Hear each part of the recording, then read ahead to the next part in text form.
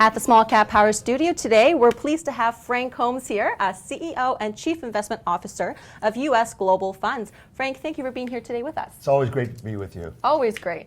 So I actually want to talk to you about something that's exciting for you at Global Funds, a new ETF called GOAU, trading as GOAU. So why has this been created in the first place? Well, the success of the GDX and GDXJ as an aggregator of just all gold names has been overly successful. Mm-hmm. That the GDXJ pulled in $5 billion, nothing went to active fund managers and dollar-wise, and then they found they have too many stocks, over 20%. Now they're blowing $3 billion out in 6 weeks. So it's been very disruptive. Our ETF is quant-based. And we put 8,000 hours into it to understand our own intuition of being successful in the mining space. At the same time, what do quant funds look for? Mm-hmm. And we've created, to me, a sort of almost like machine learning, how it moves and adapts to changing markets. And it's outperformed the GDX 95% of the time on rolling 12-month periods for the past 10 years. Mm-hmm. It's intelligent. Right. And it is focused on 28 companies, of which 3 are royalty companies. Now, what are royalty companies, and why is it included in this ETF? Well, the royalty companies are magical in respect that they have high returns on capital. Mm-hmm. They have the highest revenue per employee. So if you look at Newmont, say $200,000 of revenue per employee, Franco-Nevada has royalties on their assets, but they're doing $20 million of revenue per employee. Right. And so therefore they're much more efficient in how they deploy and use capital. Mm-hmm. When gold fell from $1,900 to $1,100, the decline in revenue per share for Franco-Nevada was 1/3 of Newmont's. So it's more stable, and at the same time it rises with them. Mm-hmm. And so we found that that those 3 are important: the Silver Wheaton, the Royal Gold, and the Franco-Nevada. They're 30%, but they have to make a beauty contest, and that beauty contest is higher returns on invested capital, more efficient in how they deploy it, and the protection of value per share. Mm-hmm. So the GDXJ's stock holdings underneath the umbrella, have diluted the shareholders by 100% over the past 4 years in issuing stock. We only look at factors such as revenue growth on a per share basis. Mm-hmm. We look at returns on capital on a per share basis. We look at reserves on a per share basis. And I think that that's why this particular product will outperform the GDX and GDXJ. Right. And what is the smallest market cap of the companies included in the ETF? It will go down to $200 million. Mm. And the average is right now floating around $700 million in the small cap space. And so to me, it's really amazing that it captures when currencies fall. So we've seen South African gold stocks take it on the chin, also because of government pronouncements, but the currency's taken on the chin. Right. Their results next quarter will be positively surprised, and they seem to have a mean reversion. They bounce back. Mm-hmm. And so it's very disciplined. It rebalances every quarter. Right. Now, investors are, one of the promises of the GOAU is that it'll give investors upside exposure to precious metals. So what does this mean? It means that it moves exactly on the upside, mm-hmm. Like the GDX and GDXJ does, but it falls less. Hmm. And it has to do with the composition and the structure. Okay. So it's this machine learning type of concept applied to picking gold stocks. And so we're thrilled about it.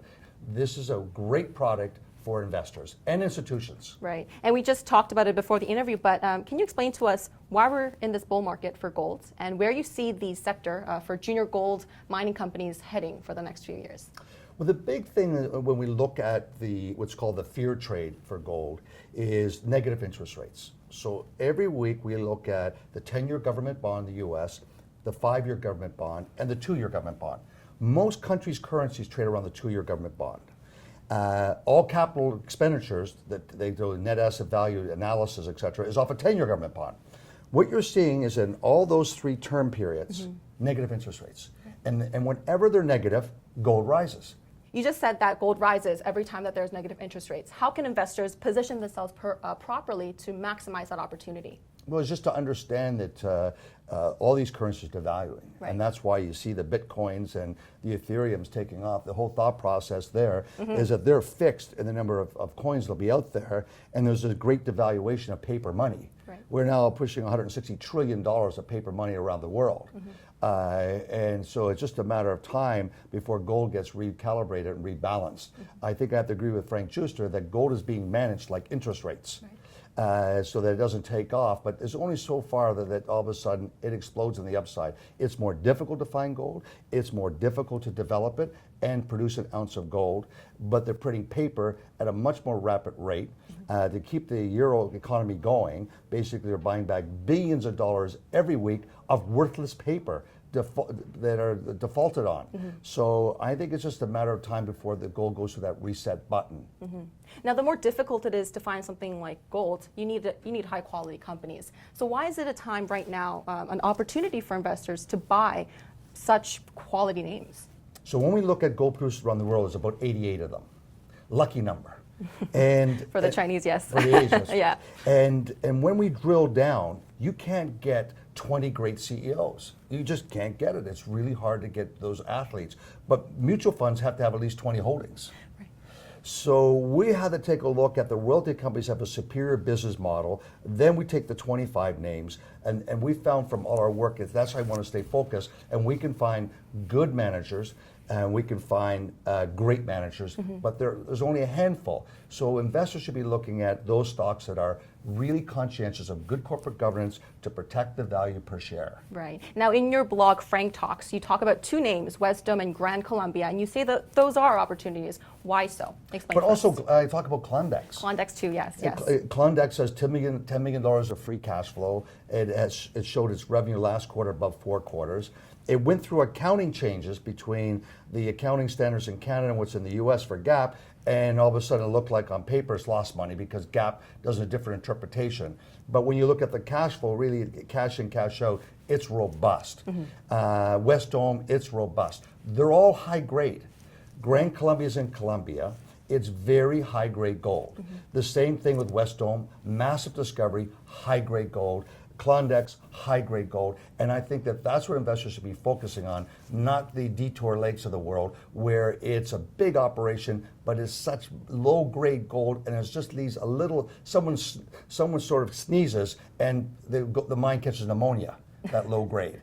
So it's just recognizing that. They're great people running Detour, but when you have low grade, it's so much more work, and the error ratios are so much higher. Right. Now let's summarize the interview and go back to where we started about the GOAU. Why choose the GOAU among the ETFs?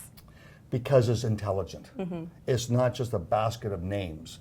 It's intelligent, and it gets rid of the garbage, and every quarter rebalances and focuses on a superior business model and companies that are running their operations at a much more attractive returns on capital model. All right. Well, Frank, thank you so much for being here with us for the interview.